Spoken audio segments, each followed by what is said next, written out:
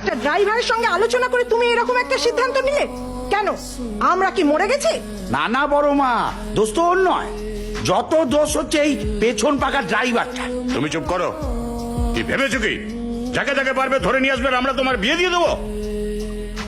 ভালোবাসার মধ্যে কোনো অন্যায় নেই, আর কেউ কাউকে ভালোবাসলে তাকে গুলি করে দেবো এরকম শিক্ষা আমি পাই। খুনির পরিবার তো আমরা নই।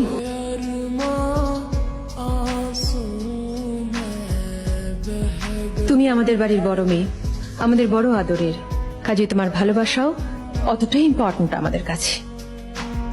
এখানে কেউ যদি তোমার ভালোবাসার সম্মান নাও করে, আমি করব। Thank you. নিজেদের মেয়ের ভালোবাসার সম্মান আছে,